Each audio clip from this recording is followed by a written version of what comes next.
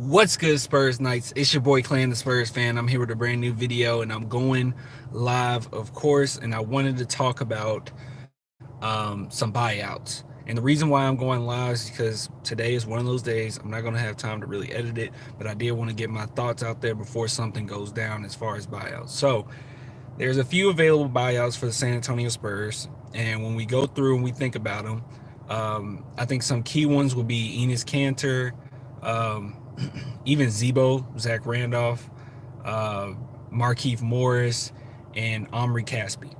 Um, I'm going to tell you who I think the Spurs should pursue, and I'm going to tell you and try to give you a idea of the other ones, the other candidates as well, and say that why they may or may not make sense. So I want to start with this. I'm a firm believer that when it comes to our team, I think that you should do or you should make a move that make what you do best better. So I think anything that you do the best, you should try to make that better.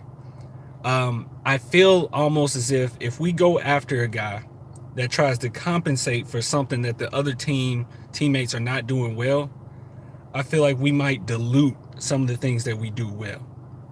So let me give you an example. So a lot of people want to get Enes Kanter, and people say that makes a lot of sense to go after Enes Kanter. Enes Kanter is a very good player, and if they did get Enes Kanter, I would be happy. I'll be happy with anybody the Spurs get at this point if they want to make a move. But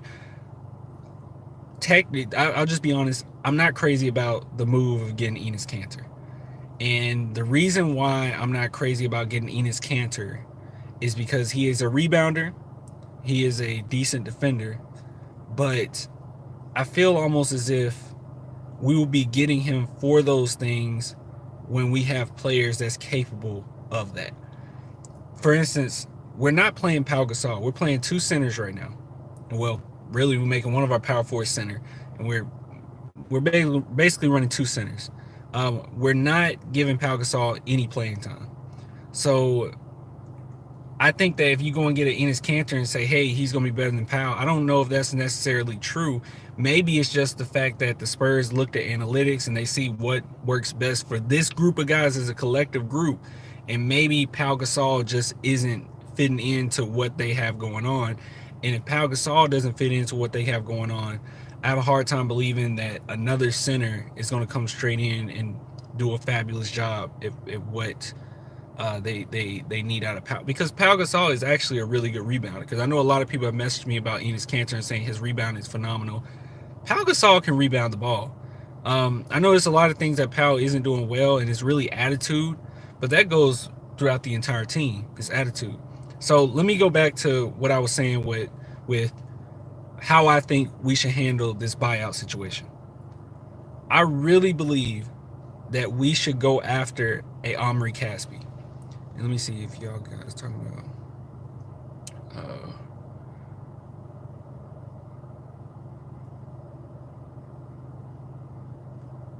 Okay, sorry, I was trying to see what you guys were trying to say. But yeah, I think we should go after Omri Caspi. And the reason why I say go after Omri Caspi is because if you get a Omri Caspi, he fits into exactly what you're doing, especially with the second unit. And he's a versatile big man slash guard. He's kind of like a small forward guard type player. And he is a phenomenal three-point shooter. That's added on to what we already do best, is three-point shooting. That is by far our high point. This team, the best thing we do well is three-point shooting. So I see it as an opportunity, getting Caspi as saying, okay, we just got another three-point shooter. We got another three piece. And thing is, I think that he fits well because I believe he even played with Marco Bellinelli before. And he's that type of player that's an extremely smart player. He has a high basketball IQ. And under a team with Popovich, he would catch on very quickly. So he's a guy that I say, yes, pursue him. Now, another guy that I'm in favor for, and I know it's going to seem like I'm contradicting myself when I said I'm not crazy about going for Kanter. I would actually want us to go for a Zach Randolph. And I know it seems like, well, you can't get Zebo. He's crazy. He'll smoke weed and get. That's all true. But Zebo, when he was under the Memphis Grizzlies and when they were competitors, he was merely unstoppable. And and it wasn't even so much his points that would kill you. His whole demeanor, his toughness, the ability to get a group of guys together and say, hey, we need to win this. The nastiness that Zebo brings to the court. I would love to have a Zebo. I would love to have a Zebo. Now, the thing is, I also understand people saying that we should not get a Zach Randolph. You said I want the twin brothers. Um, I understand that you would be a little afraid to get a Zach Randolph, but I think that this team is missing attitude. Now, Zach Randolph, he would most definitely get minutes. I mean, you could easily start him. And he can be more of a power forward. He don't have to be a center, but he's a tough guy. And our team needs some toughness, some mental toughness right now. Now, another guy that people say that we should get is Markieff Morris. The reason why I'm not crazy about going after Markieff Morris is the fact that, like I said earlier, I feel like he's a certain player that, yeah, I mean, I guess you get a little better defensively, but that's about it. I mean, he's not. I mean, he shoot a little over 30% from the three, which isn't bad, 30-something percent. But I don't know if a Markieff Morris necessarily make you better. He does have that attitude, but I feel like a guy like Zebo is the type of guy that can get going, and a lot of games save you.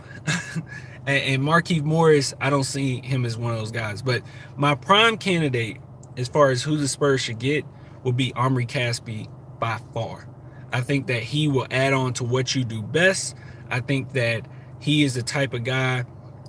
He is the type of guy that will be implemented and go full steam with the entire team very quickly.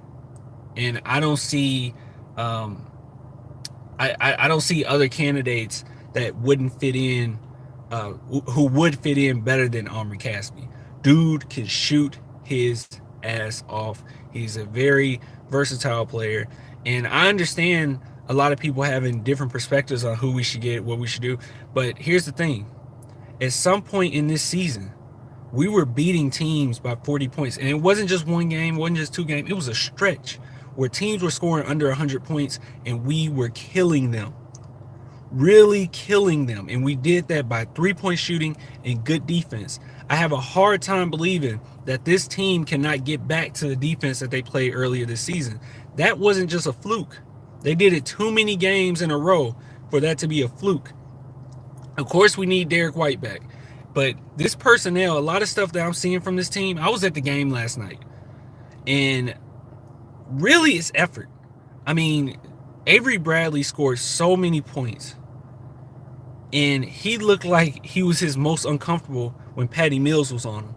That's saying something. That's the smallest guy on the court, yet Patty Mills disrupted him more than the other guys. It's because of his tenacity. It's because of his effort. It's because of him being active. When you get beat on the screen, don't just sit there and say, oh shit, I didn't get him.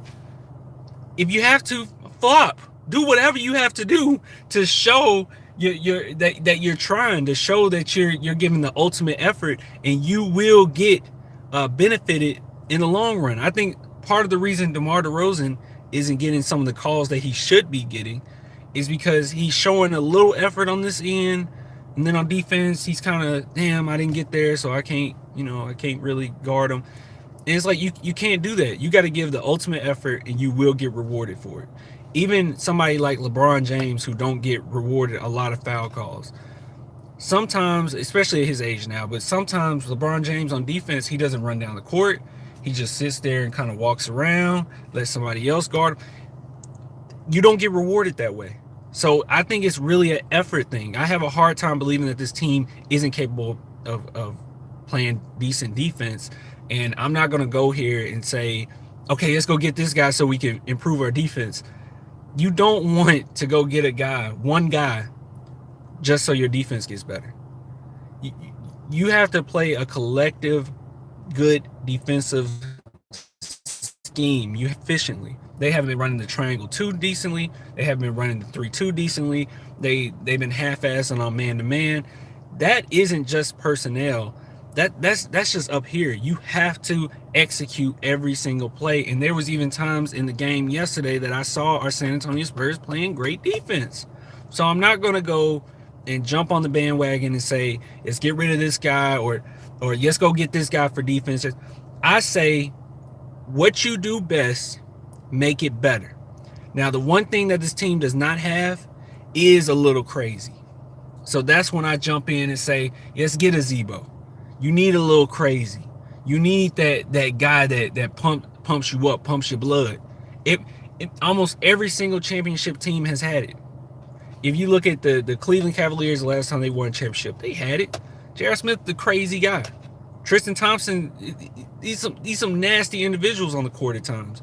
You look at the Golden State Warriors, Draymond Green. You need a guy that gets a little crazy. But let me see what you guys are talking about. Let's see what y'all are talking about, because I haven't been looking at any of these. I'm just giving my thoughts on this. How much time I got? Okay, I'm good. I can be on for about 3 more minutes. 3 to 5 minutes. You guys talking about Bradley Beal being better than DeMar DeRozan. No. Okay, the reason why I'm not going to discredit anybody that believes that Bradley Beal is better than DeMar DeRozan, but I feel like DeMar DeRozan at his best is better than Bradley Beal. Bradley Beal at his best will probably always be like a B plus behind the superstar type player. DeMar DeRozan at his best, he's a killer. He's a killer. They need more defense and more depth. They need a 3-and-D player. That's what I'm saying. You're saying this is my thing. We're saying what they need, right? We're saying we need this. We need a 3-and-D player. I say just do what you do best. What you do best, just make it better. Just keep plugging at what you do best, because that's what's going to make you different from the rest of the league. Now, when we say that we need a 3-and-D player, guess what? We have that.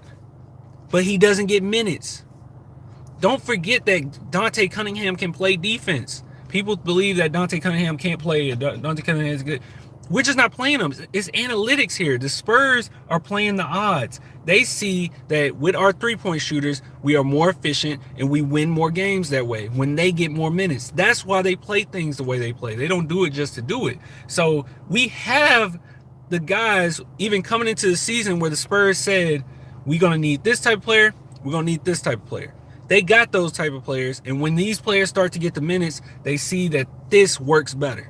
They see that playing these group of guys works better. You know what I mean? Let's see. You see, Bill is, oh, y'all going at it. Bill is a good 3-and-D player. Bradley Beal is a defensive player. This dude Kenneth always talking about trading for Beal. I'll say this. Yes, I do believe that DeMar DeRozan is better than Bradley Beal. Now, you laughing at him saying that Bradley Beal is a defensive player. Bradley Beal is kind of a two-way player. He's kind of a two-way player. That's actually pretty efficient when he says it. Yeah, what you say is true. Yeah, I mean, we have the pieces. That's what I'm saying. I'm looking at the time. Sorry, y'all. Okay, I'm good. I'm be on 2 more minutes. But we have the pieces necessary to get the job done. But that's why some of these things don't make sense to me. Like when and if the Spurs do say, screw it, we're gonna get cancer. I'll support and I'll get on here and try to think about it and say why it made sense for them to do that. Just when everything breaks down. But right now, what I'm seeing is you have a 7-foot center on the bench who's a good rebounder. Enes Kanter is a good rebounder. Might be a little better, but hey, that to each his own. Pau Gasol is a rebounder. He can rebound the ball. He can, and don't take that away from him. Pau, I know fans ain't crazy about Pau right now. Pau can rebound the ball. Then you say, let's get a 3-and-D player. Dante Cunningham, which the stats aren't impressive. But if you did a side by side between his stats and Bruce Bowen's stats at the same age, they're the exact same, not exact same player, but the exact same stats. And Bruce Bowen is a good defensive player, and he can shoot corner threes. He can shoot threes. He is the definition of a veteran 3-and-D player. That's what he is. That's just what he is. Now, so we have these two pieces, but the Spurs don't play him. You know why? Because they see that we are more efficient when guys like Marco, when guys like Bertans, when guys like Patty Mills, when guys like Brent Forbes are on the court. And the reason being is because maybe their three-point shooting makes up for some of the poor defense. But it's not, our defense isn't bad just because the personnel. Now, if you up on somebody and you little and they just shoot over you, that's personnel. Brent Forbes can't help it. Patty Mills can't help that. But what you can help is contesting every single shot. Our best defender on the team might be Dante Cunningham, but second or first best defender on the team is Derek White. Derek White is 6'5", guys. Why is he a better defender than somebody like DeMar DeRozan? Because he's not more athletic than DeMar DeRozan. No, he focused on the game. He focused on his fundamentals, and he makes sure that he gets that right. He makes sure that he's giving the ultimate effort every single play on defense. That's why he's the best defender. It is skill too, it is, but you have to learn it. And DeMar DeRozan isn't doing it. Some other guys on the team isn't doing it. I just point out DeMar DeRozan because he is the star. But this team is capable of playing defense. So before we jump on the bandwagon saying we need D players, we need this, how about we just do? Because fact of the matter is, Markieff Morris isn't going to save us if we have to go into the playoffs against the Golden State Warriors. He's not going to save us if we have to go against the Houston Rockets and have to defend and everyone else playing poor defense except for Markieff Morris and Derek White. They're not going to save us. We're just going to get killed. And Markieff Morris isn't a scoring machine. So I say, get you a Zebo, maybe, who's tough, who's tenacious, who's going to get on guys, who's going to keep you focused, who wants the ring, who's going to pound you in the paint. That's something we don't have much of. Get a guy like that, or get you an Omri Caspi that makes your best better. That's my take on it. I agree with what you say. The Spurs need a Zebo type player, a big man who's tough and gets physical and not afraid to get amped up. Defense is all. Yep, I'm sure you're about to say all about effort. Completely right. Yeah, I like Caspi out of everybody too. Completely right. But yeah, I gotta go. I'm actually kind of late, but I gotta go. And I appreciate all the love. I appreciate you guys showing all the support for the channel. I'm still trying to grow it. I want to get to 1,000 subscribers soon, because that would be amazing. Start doing those super chats that people always doing. But yeah, if you could share, if you know any Spurs fans, share this video with them, share my content with them. And until next